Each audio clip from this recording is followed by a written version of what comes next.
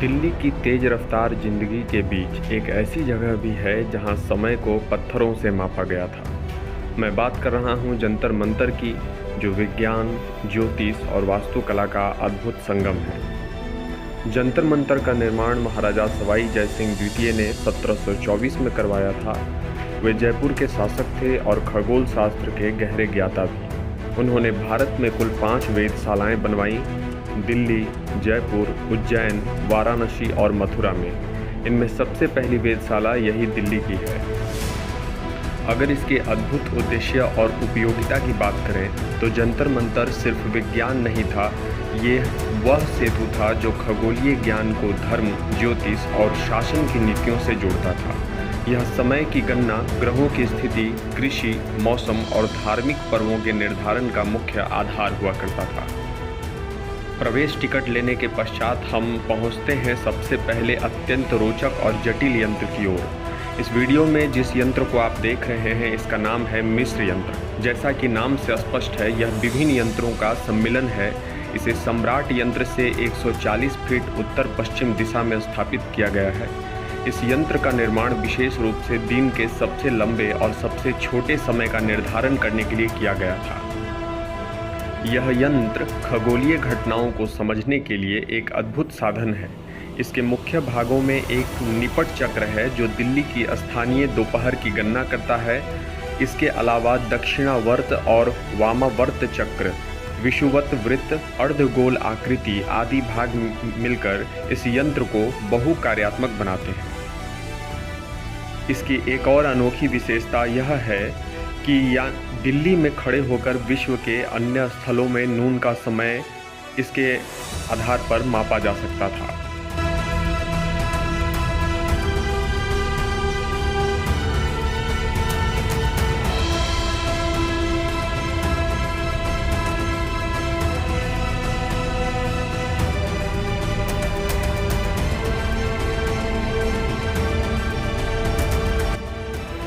जंतर मंतर का सबसे प्रमुख और केंद्रीय यंत्र है सम्राट यंत्र। यह एक विशाल त्रिभुजाकार संरचना है जिसे भारत की सबसे बड़ी सूर्य घड़ी भी कहा जाता है।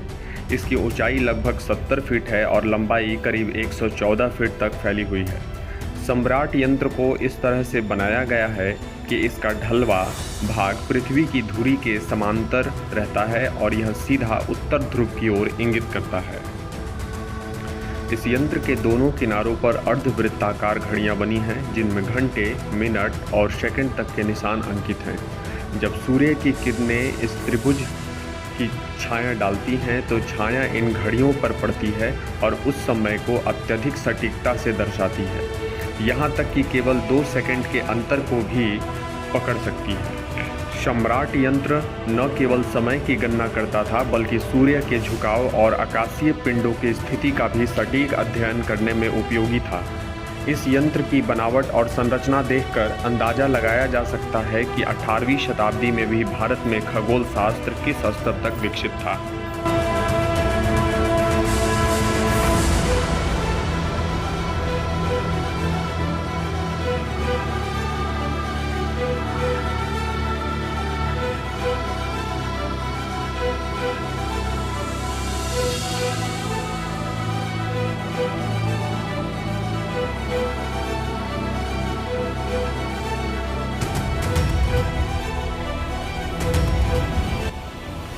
जय प्रकाश यंत्र जंतर मंतर की सबसे जटिल और वैज्ञानिक दृष्टि से बहुपरिणामी संरचना मानी जाती है। यह यंत्र 2 अर्धगोलाकार खोखली संरचनाओं से बना है जिनकी भीतरी सतहों पर विभिन्न खगोलीय संकेत अंकित किए गए हैं। इन संरचनाओं में ऊपर से तारे या ग्रह को देखने के लिए तारों या धागों की मदद से माप की जाती थी और एक विशेष स्थान से देखकर उनकी स्थिति को विभिन्न निर्देशांकों में अंकित किया जा सकता था। इस यंत्र की सबसे बड़ी विशेषता यह है कि ये 2 प्रकार की खगोलीय प्रणालियों, अजीमुथ ऑल्टीट्यूड प्रणाली और भूमध्य रेखीय प्रणाली, दोनों में किसी भी आकाशीय पिंड की स्थिति को दर्शा सकता है। इससे खगोलीय निर्देशांक एक प्रणाली से दूसरी प्रणाली में बदलना आसान हो जाता है। जय प्रकाश यंत्र वैज्ञानिक, खगोल शास्त्रियों और ज्योतिषियों के लिए एक अत्यंत उपयोगी उपकरण था, जिसकी सहायता से किसी भी ग्रह या तारे की स्थिति को न केवल देखा बल्कि गणना भी की जा सकती थी।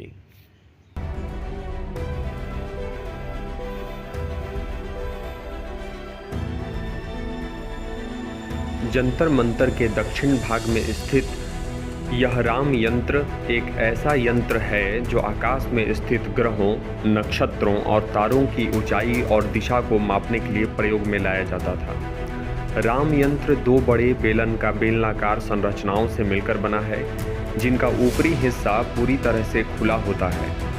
इनमें से हर एक में 3 स्तरों पर बनी मेहराबदार खिड़कियां होती हैं और बीच में एक रस्सी के लिए स्थान रखा गया है, जिससे ऊंचाई का आकलन किया जा सके। इस यंत्र की सबसे बड़ी विशेषता यह है कि इसके केंद्र में बनी स्तंभनुमा रचना की सहायता से किसी भी तारे या ग्रह की ऊंचाई और दिशा को ठीक-ठीक मापा जा सकता था। दोनों बेलनाकार संरचनाओं के केंद्र में 36 त्रिज्या रेखाएं बनी होती हैं, जो नक्षत्र की स्थिति को चिन्हित करने में मदद करती हैं। इसकी दीवारों की ऊंचाई लगभग 7.5 मीटर और त्रिज्या करीब 16.65 मीटर है और यह धरातल से लगभग 3.5 फीट ऊंचा है। खगोल विज्ञान के इतिहास में यह यंत्र दिशा और ऊंचाई के एक साथ मापन के लिए बेहद उपयोगी सिद्ध हुआ है। क्षय और पुनरुद्धार की बात करें तो 1857 की क्रांति तक यह वेधशाला काफ़ी हद तक क्षतिग्रस्त हो चुकी थी, लेकिन विज्ञान और विरासत के प्रति प्रेम ने इसे फिर से जीवंत किया। जयपुर की वेधशाला को तो 1901 में महाराजा राम सिंह ने पुनः बहाल किया था।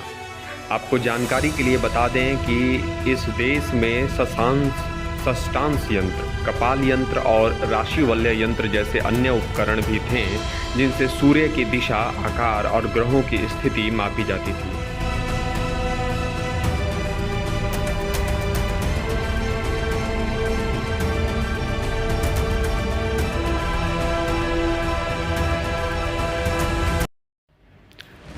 आज के जंतर मंतर की बात करें तो यह विज्ञान से आंदोलन तक का सफ़र तय कर चुका है।